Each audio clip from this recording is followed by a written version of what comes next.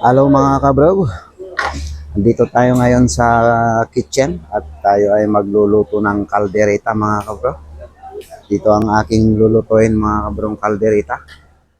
Karne ng baka mga kabro, saka balat ng baka ito mga kabro. Inaluan ko ng balat ng baka. Ganyan nyo, ang kapal. Ito yung ingredients niya.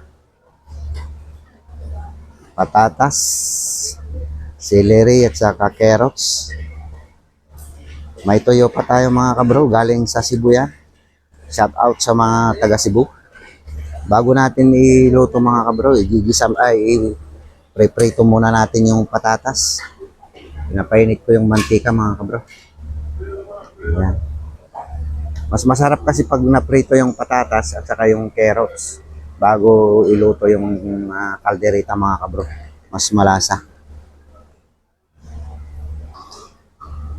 Ito na yung patatas niya mga kabro.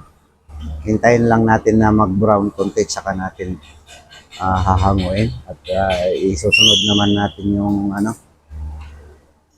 carrots. Kunti lang kaming nagluluto ngayon mga kabro kasi maaga pa.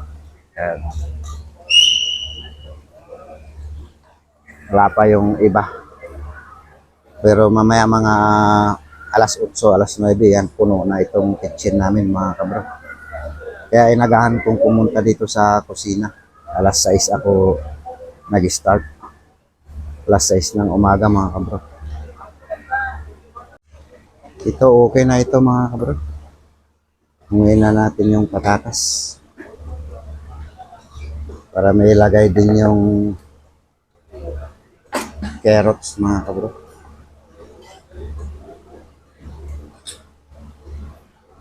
Hirap walang mag-video mga kabro.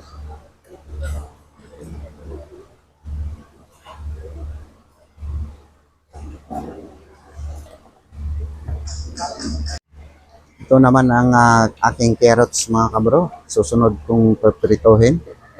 Sinama ko na yung celery para minsanan na. At hintayin din natin mag-brown yan mga kabro.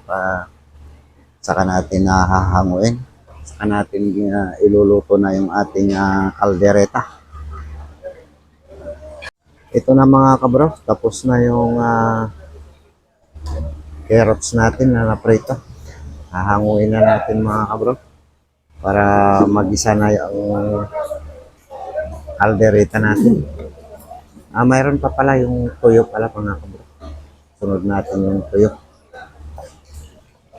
Ito, galing Cebu yan mga kabro. Ito na ang ating kaldereta mga kabro. Malapit nang maluto.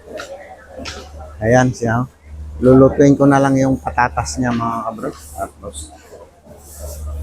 Tapos na.